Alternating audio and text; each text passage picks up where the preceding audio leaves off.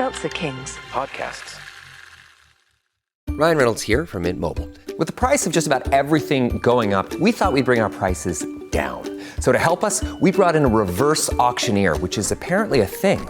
Mint Mobile Unlimited Premium Wireless. How to get 30, 30, bit to get 30, bit to get 20, 20, 20, bit to get 20, 20, bit to get 15, 15, 15, 15, just $15 a month? Sold! Give it a try at mintmobile.com/switch. Upfront payment of $45 for 3-month plan, equivalent to $15 per month required. New customer offer for first 3 months only. Speed slow after 35 gigabytes if network's busy. Taxes and fees extra. See mintmobile.com. This episode is brought to you by Greenlight. Get this. Adults with financial literacy skills have 82% more wealth than those who don't. From swimming lessons to piano classes, us parents invest in so many things to enrich our kids' lives. But are we investing in their future financial success? With Greenlight, you can teach your kids financial literacy skills like earning, saving, and investing. And this investment costs less than that after-school treat. Start prioritizing their financial education and future today with a risk-free trial at greenlight.com/Spotify. Greenlight.com/Spotify. Oh, I wouldn't get too high and mighty, Gavin. The British Empire started a war to keep drug dealers in power. Ass. The following podcast contains all the sex, violence, swearing, and farts intact. Explicit language.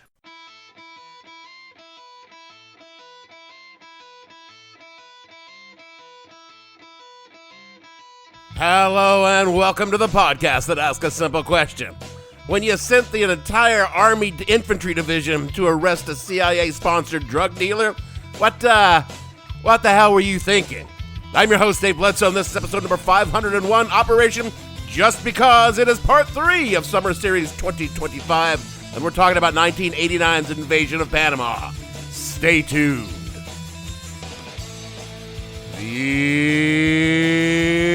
What the Hell You Think podcast is brought to you by Blue Spoon Military Marketing. Are you about to launch a military operation against a substantially inferior force on the flimsiest of pretext and looking for just the right name to really sell it back home? Then you need Blue Spoon Military Marketing. Our team of brand experts will workshop the perfect name for your quasi-legal exercise in colonialism. Need to protect your oil industry campaign donors? Leave Operation Petroleum Profit on the table and put Desert Storm on the form. Sending bombers to bomb a country with no air force or infrastructure? Don't call it Operation Tent Smash. Call it Infinite Justice instead. Blue Spoon Military Marketing. Without us, Operation Just Cause would have just been another Blue Spoon.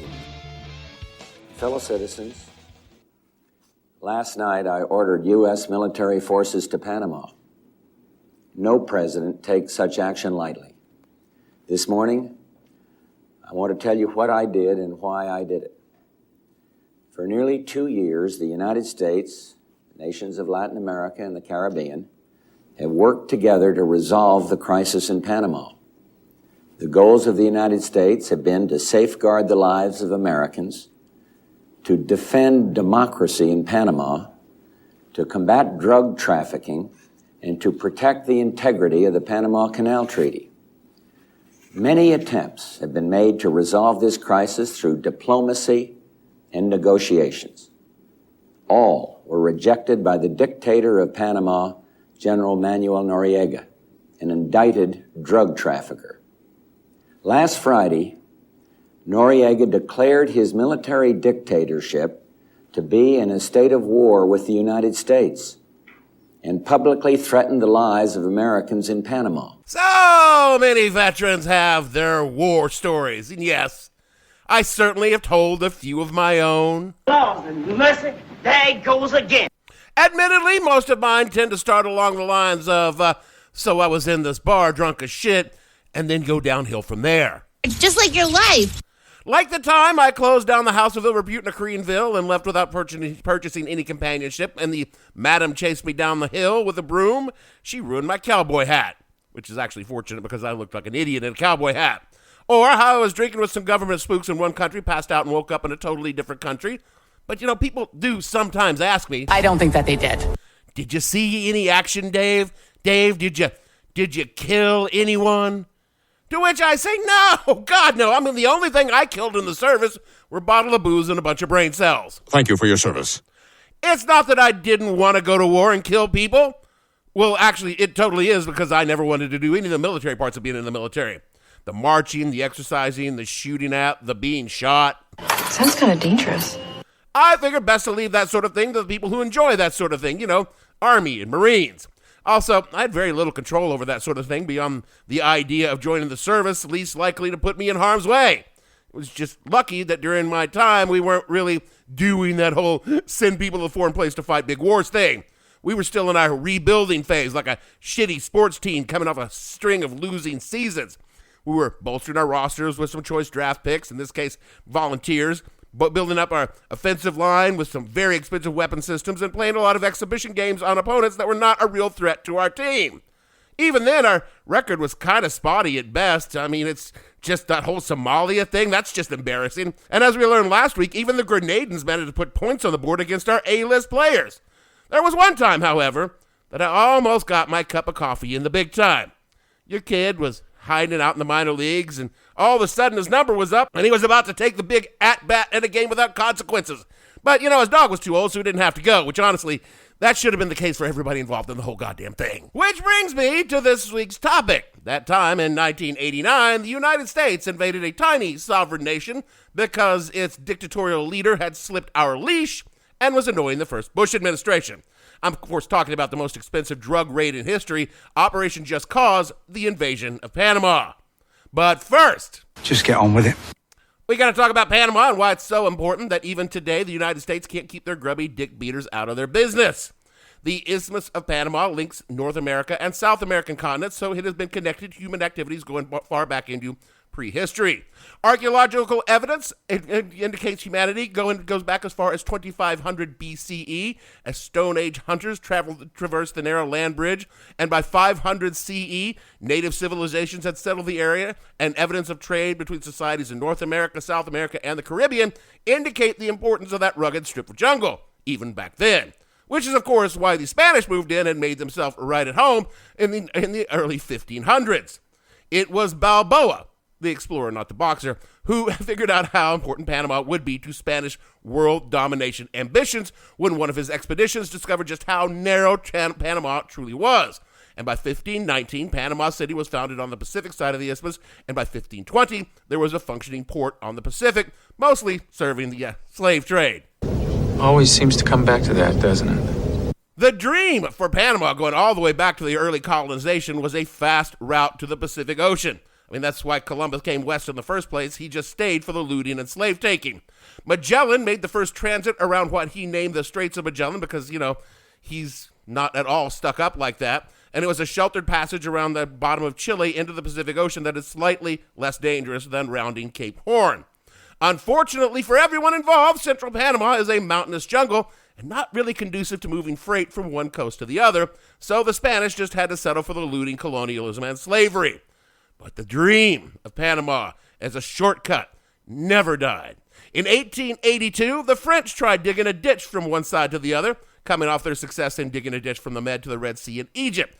It turns out it's a lot easier to dig a ditch in a flat desert than one through jungled mountains full of malaria and other tropic diseases that need to be traversed in Panama. And by 1889, it had folded. It turns out that what was needed was nothing more than... Nothing can beat good old American know-how. And in 1904, Teddy Roosevelt, the President of the United States, convinced Congress to finish that French ditch and create the Panama Canal. After an unspeakable amount of money and death, by the 50-mile-long Lock Canal was opened in 1914. By treaty, the canal was owned and operated by the people who built it. The Panamanians got their independence from Colombia, and America got control of the transit from the Atlantic to the Pacific until 1999. Because the Panamanians had come to realize they were the ones who did the building and the dying to build the canal, and the canal ran through their country, they thought that maybe they ought to have some say in how it was run and get the money from it. I mean, the U.S. had certainly recouped their initial investment, and fair was fair, so, maybe we should give it back to the Panamanians. And the U.S. politicians said for years, not gonna happen. Not gonna happen! No, not gonna happen!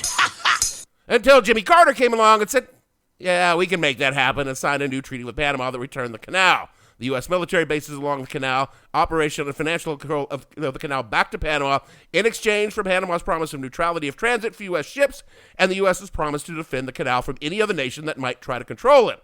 That clause in the treaty was introduced quite a bit of wiggle room for the United States in deciding who and how the aforementioned defense of the canal might play out. Now, this little melodrama opens with George Herbert Walker Bush's first year in office. Poppy Bush had whipped Governor Michael Dukakis like my granny would whip me when she caught me playing with matches. That's child abuse. Probably, but she didn't want her house burned down, and it did stop me from playing with matches. Bush won in a landslide because of a few simple issues. First, it was the long tail of the so-called Reagan recovery. Then came the general conservative tilt that came in the 80s, and it was peaking. And Dukakis was a Massachusetts liberal. And, of course, there was that healthy dose of racism. Things went pretty well for Poppy. His biggest problem was the nagging savings and loan crisis, which was a banking crisis stemming from deregulation of the banking industry, like they all do, Reagan's gutting of oversight, like they all do, and a whole fuck ton of fraud, like they all do.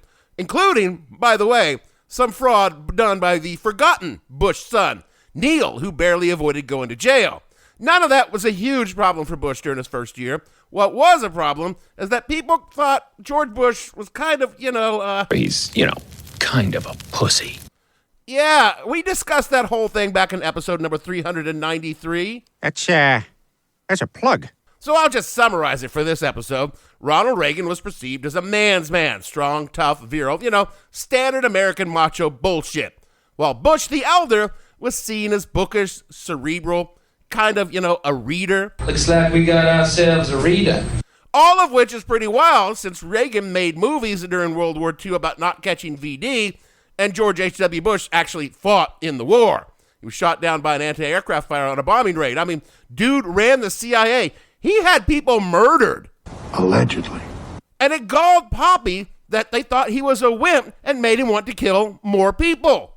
Allegedly. Meanwhile, down in Central America, General Manuel Antonio Noriega was getting a bit too big for his U.S. military surplus britches. Noriega was straight from Central casting, Central American dictator type.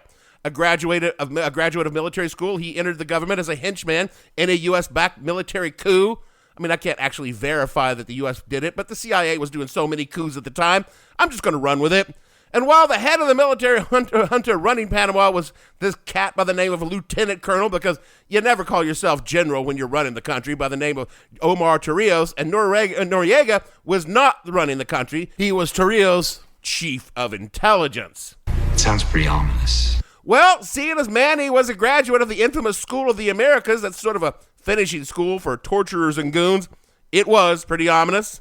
We told you in episode 493 about Noriega's ties to the drug cartels, and in 494, how he was helping people smuggle weapons to the Contras.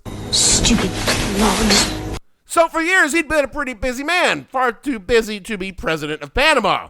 So when Torrijos died in an aircraft quote-unquote accident, Noriega was content to remain behind the curtains running the military while others served as the face of the government. But everyone in Panama and the United States knew who the real ruler of Panama was, and that was Manuel Noriega. And for years, this was fine with Washington. Noriega was the devil, but he was our devil. We paid him, we held his leash, and if he dabbled in the drug trade, the CIA at least was content to conspicuously ignore it. Not so much the FBI and DEA. It may shock you to learn this, but law enforcement agencies of our government do not so much like the CIA because the CIA keeps them from performing their primary mission of enforcing laws when it comes to the subject of those actions that are useful to the CIA, or even potentially useful. During the Reagan years, Manny was essentially immune and became far less discreet than he had been during the Ford and Carter administrations, rightly assuming that the Reagan administration would care far more about fighting communism than the tons of cocaine flowing through Panama into the United States. All they wanted was a compliant country to do their dirty dealings in, and to keep the Panama Canal open for business. So beyond that, no one officially gave a shit about Manuel Noriega and what he did in his free time. So what changed? Well, turns out Reagan left office, and Noriega thought Bush was a wimp. All through the 80s, Noriega had become more and more blatant in his drug running. In the return, the United States began to distance themselves from their former CIA asset. Quoting from an official history prepared for the Joint Chiefs of Staff about Operation Just Cause, quote, In 1985, the National Security Advisor to President Ronald W. Wilson Reagan, Vice Admiral John M. Poindexter, U.S. Navy, and the Assistant Secretary of State for Inter-American Affairs, Elliot Abrams, warned Noriega of U.S. concerns over his monopoly of power and involvement in the drug trade. Nice, they gave him a warning. Don't do that. The first public confrontation between Noriega and the United States took place in June of 1987.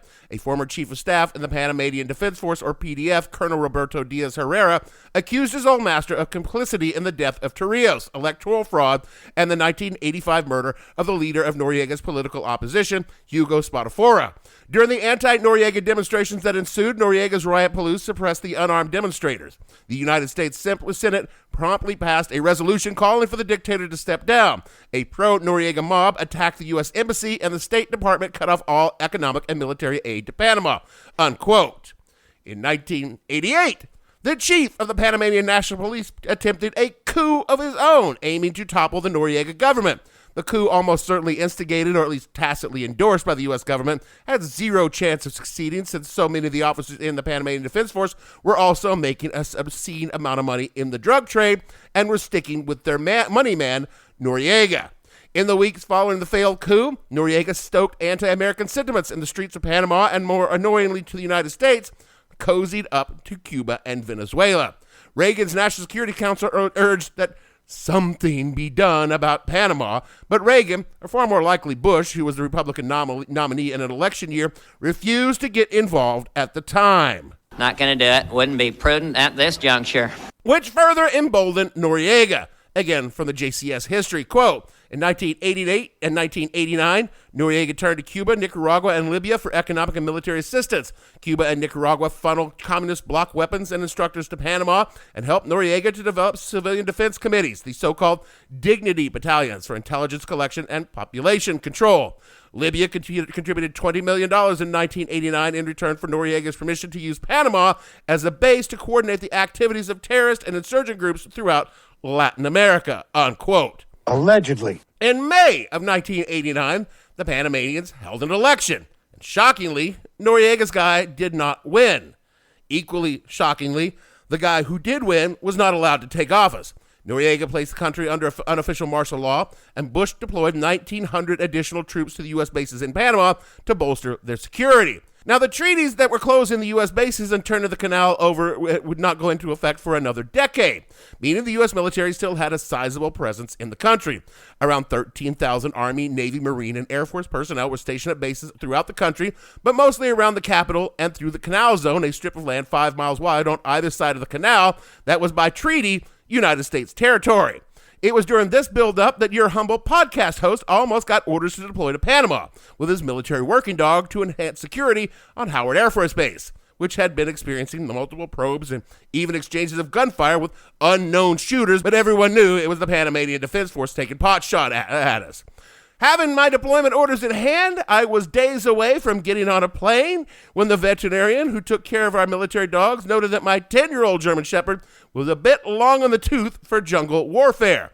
And since they needed dog teams, not just dog handlers, to be warm bodies, my deployment was canceled, and I did not go to war, which was just fine by me and set the precedent for pretty much every other time we went to war in my time when I was in the service. In October of '89, there was another coup attempt. The U.S. said it had been warned that it would happen, but they didn't do it. But come on. It was done by little CIA birds warbling into Panamanian military ears. This coup attempt ended in blood. Coup plotters were captured, tortured, and executed by Noriega's dignity battalions. Constant anti-U.S. protests were happening outside the U.S. Embassy and military bases, and in December of 1989, the General Assembly of Panama declared war on the United States at Noriega's behest. Are you sure you want to do that? The very next night, 4 U.S. military officers were on their way to a dinner in Panama City when their private car was surrounded by PDF troops who opened fire on the vehicle, killing one officer and injuring another. A U.S. Navy SEAL and his wife witnessed the attack, and they were arrested by the Panamanian Defense Forces, and the SEAL was beaten by Panamanian police, and his wife was threatened with sexual assault. This was the final act that brought down the wrath of the mighty U.S. military on Manuel Noriega. You know, before I get to the invasion, I have some questions. Questions like, what the fuck were these people doing downtown in Panama City the day after the country had just declared war on the United States? I mean, had I been in Tokyo in 1941 on December 8th, I wouldn't have been popping around down in the Ginza looking for sushi. And these folks were out wandering about local bars. I don't know. It just doesn't seem to make a lot of sense to me. Like when I was in Korea, a country that had not declared war on the United States, we'd be restricted to base every time the local college students got a little bored and decided to protest the Korean government and the U.S. presence in South Korea. When I was in Honduras, we couldn't go off base at all unless someone was armed and acting as security, and Honduras was our ally. In Kuwait, we couldn't leave the perimeter unless we were in a convoy with a full security detail, and this was before the Second Gulf War. And I guess it's possible that maybe we learned to do all of this because of what happened in Panama, except no, because I happen to know that before Panama, the United States troops would routinely be restricted to bases in Europe when protests flared up or there was a threat of terrorism. So again, I have to ask, what the fuck were they doing down in Panama City on the day after the fucking country declared war on us? Just hanging out, going to a bar, looking to spend the evening dancing and dining in a hostile country that had already been shooting at us for months. I'm not saying that there's a bunch of lies being told about this. What with 4 very diverse, military members in a car and a Navy SEAL and his quote-unquote wife. I'm not saying they made any of that up. I'm just asking some questions here is all. I think they stink of lies. Either way, 24 hours later, President Bush ordered Operation Just Cause into action. D-Day H hour was 20 December 1989 at 1 a.m. local time. United States forces invaded the Panama to, quote, protect U.S. lives and key sites and facilities, capture and deliver Noriega to competent authority, neutralize PDF forces, neutralize PDF command and control, support establishment of a U.S. recognized government in Panama, and to restructure the Panamanian Defense Force, unquote. Special Forces, elements of the 7th Infantry Division, Army Rangers, and 82nd Airborne troops landed in and around Panama City, where they were joined by Marine units already in the country from the U.S. bases. A series of airstrikes against the Panamanian Defense Force command and control targets preceded the landings, and they were done by F-117 stealth fighters. It was the first time they were used in combat, and the first time they were even acknowledged to exist.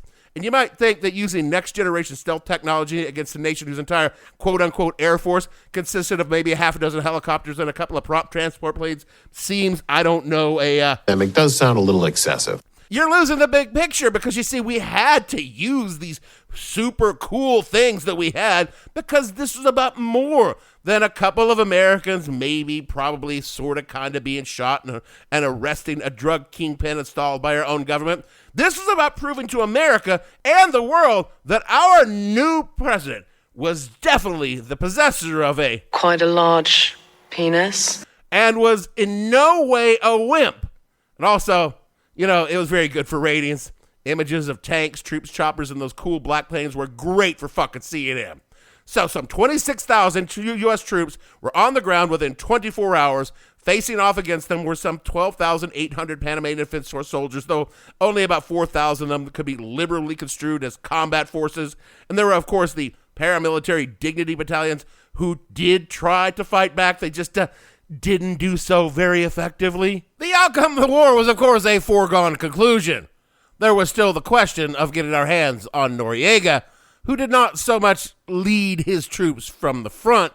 Hours into the invasion, he sort of, He buggered off. So he has, he's scarping.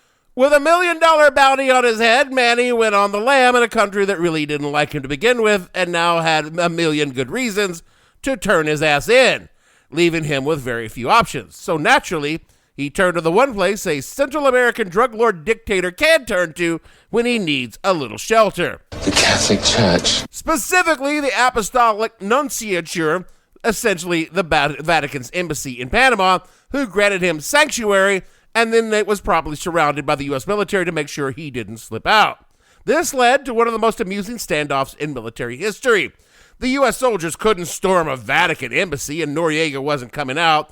So how do you make a man who is certainly going to jail for a very long time want to leave his place of safety and surrender to the literal army that was sent to arrest him? Heavy metal, partner, heavy metal. Macho rock and roll. From The Guardian, quote, to smoke him out, General Mad Max Thurman ordered the construction of a musical barrier around the embassy. Constant barrages of sound played from the speakers of encircling U.S. Army Humvees. The first day was something of a truce, Christmas music. But thereafter, things rapidly descended towards classic rock. Noriega was an opera fan. Instead of Verdi, he got a PSYOPs playlist that includes Billy Idol's Flesh for Fantasy, Welcome to the Jungle by Guns N' Roses, God Bless the USA by Lee Greenwood. That one would make me surrender in about 5 minutes. We're Not Gonna Take It by Twisted Sister. Several songs by The Doors. Strange Days, People Are Strange, The End. War Pigs by Black Sabbath. Electric Spanking of War Babies by Funkadelic. And most worryingly of all, If I Had a Rocket Launcher by Bruce Cockburn. Faced with the sanity-destroying power of middle American mall rap music, Noriega surrendered. Unquote. This whole thing was actually highly controversial. People said it represented a form of torture, particularly for the churchmen inside the embassy, whose only real experience with teenagers was, of course, molesting altar boys. Dang it! No! The music is all the songs. God, I love this story so much.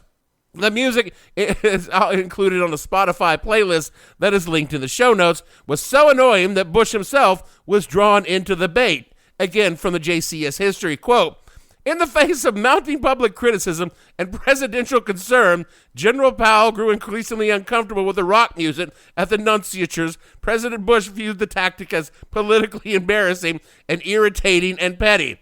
On December 29th, after returning from a National Security Council meeting in which he had been instructed not to make things any more difficult or unpleasant for Monsignor Labora, that was the papal nuncio in Panama, Powell told Thurman to stop the music. Rear Admiral Schaefer relayed the order to Thurman's staff and asked the National Security Agency to provide a less provocative noise jammer to prevent the media from eavesdropping on negotiations, unquote.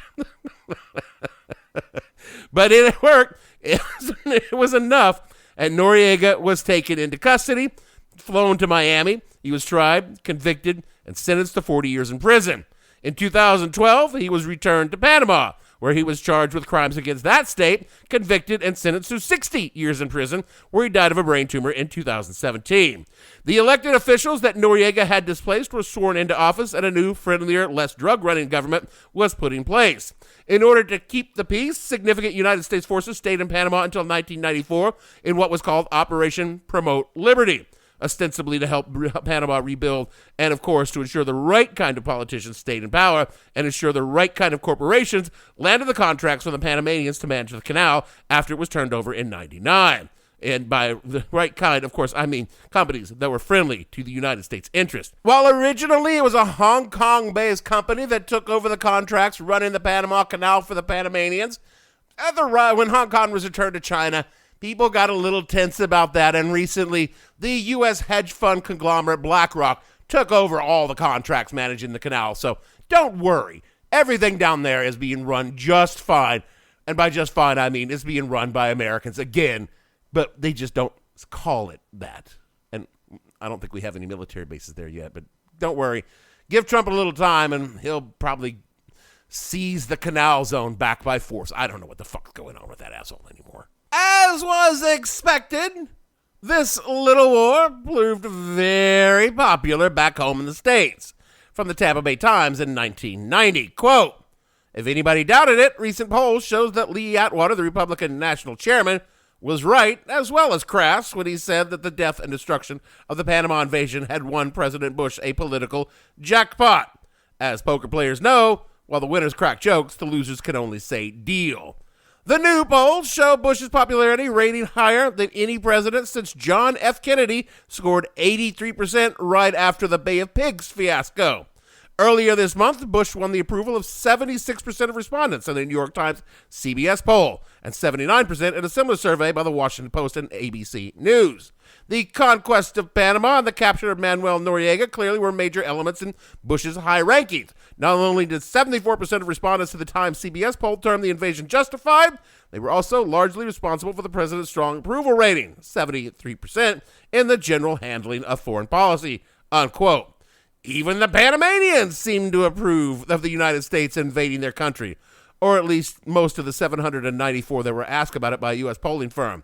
For the New York Times in 1990, quote, the Panamanian people overwhelmingly approve of the sending of the United States troops to remove General Manuel Antonio Noriega from power, and they want them to stay for at least 6 months, according to a poll taken in Panama that was made public last night by CBS News. 92% of the 794 Panamanian adults interviewed said they approved of the sending of troops, and 64% said they strongly approved, unquote. So, what was the total for history's most expensive drug raid? Well, 23 Americans were killed and 325 were wounded. 2 of those deaths were from friendly fire. 3 American civilians were killed, and 1 of them was by friendly fire. On the Panamanian side of the ledger, there were officially 516 deaths, 202 of them civilian. However, the unofficial, meaning not Pentagon math, puts that number of civilian deaths between 300 and 3,000, though that high number was and is hotly disputed. The United Nations put the number of civilian deaths at 500, which is the general consensus number for everyone but the United States. As far as money, the Government Accounting Office put the official price tag for Just Cause, the invasion, not Operation Promote Liberty, at $163.5 million in 1989 dollars, or $435 million in today's dollars. But hey, at least justice was served. Was it though? The Organization of American States said the United Nations did not think that one sovereign nation invading another sovereign nation to arrest its leader on criminal charges filed in the first country wasn't exactly, legal. I mean, it would be like Canada filing charges against Donald Trump for diddling a 15-year-old in Ontario and then launching an invasion to drag his pedo ass back to face the King's Justice in Ottawa. I mean, I'd fucking love it, but I also don't think that it would be appropriate to send the Regina Rifles into Washington, D.C. But that's okay, because the Bush administration's issued a legal ruling from their own lawyers that said doing all this was just fine. From Wikipedia, quote, the Washington Post disclosed that several rulings from the Office of Legal Counsel, issued shortly before the invasion, regarding the U.S. forces being charged with making an arrest abroad. One ruling interpreted an executive order which prohibits the assassination of foreign leaders as suggesting that accidental killings would be acceptable foreign policy. Another ruling concluded that the Posse Comitatus Act of 1878, which prohibits the armed forces from making arrests without congressional authorization, is effective only within the boundaries of the United States, such that the military could be used as a police force abroad, for example, in Panama, to enforce a federal court warrant against Manuel Noriega, unquote. Oh, I get it now. I get why George W. Bush thought that it would be perfectly okay to torture people, because he had a memo saying that it was okay. The apple didn't fall from the tree. He learned it from his dad. You all right?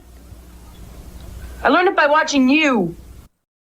Summer's here, bringing sunshine, road trips, beach days, and sweat. Without the right underwear, things get uncomfortable fast. That's where MeUndies comes in. Made with unbelievably soft, breathable, micromodal fabric, MeUndies helps you stay cool, even when the temperature's not. From briefs to boxers, cheeky cuts to bralettes, MeUndies has it all. To score sizzling summer deals like up to 50% off, go to MeUndies.com/Spotify and enter promo code Spotify. It's back to school season and Clorox is donating 2 million disinfecting wipes to classrooms across America. Because back to school means things can get a little bit messy. Just ask second grade teacher Mr. Torres. Put me and just one Clorox wipe on a team? We can take on crayon smudges, sticky fingerprints on every surface, sneezes on the door handle, juice box explosion by the sink, snack crumbs, and don't even get me started on the bathroom passes. Clorox disinfecting wipes. Teacher's #1 wipe. Think about it. Bathroom passes. Clean feels good. Based on unit sales data. That is it for the show this week and for part 3 of Summer Series 2025. This topic has always been near and dear to my heart. It was the first time I almost went to war. If there were a medal for almost going to war and then not going to war and winding up drinking in strange bars on the other side of the world, far, far away from the people who went to war, I would have too. Next week, we wrap up the summer series with a president who did not start a little war because he had sexual relations with that woman. If you want to thank me for my not serving in a war, rate and review the show wherever you get your pods, or kick us $1 at patreon.com/whatthehellpodcast, because we use that money to settle stolen valor claims at my local VFW. Do all the things Jeremy tells you to do in the closing, otherwise he will deploy crack podcasters to come to your home and interview your pets. Honestly, I've run out of things to say that Jeremy will do. And so for me, Dave, jump back. What's that sound? Here she comes, full blast with the top-down Bledsoe, producer. No, he's not a model citizen, but he does have a lack of discipline. Gavin, and all the fictional coup plotters backed by the CIA on this show, we want to say, you got the feel for the wheel, keep the moving parts clean, and we'll see you all next week for the finale of Summer Series 2025. You can have a little war as a treat.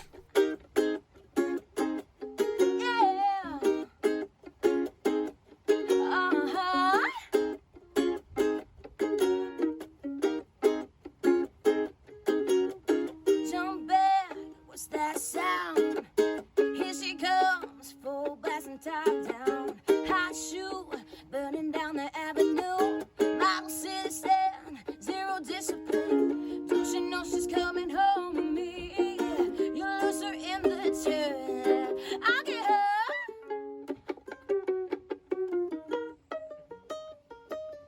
What the Hell Were You Thinking stars Dave Bledsoe and features Gavin St. James and several fictional minions. The show is produced by Kimberly Steele and a part of the Seltzer Kings podcast network.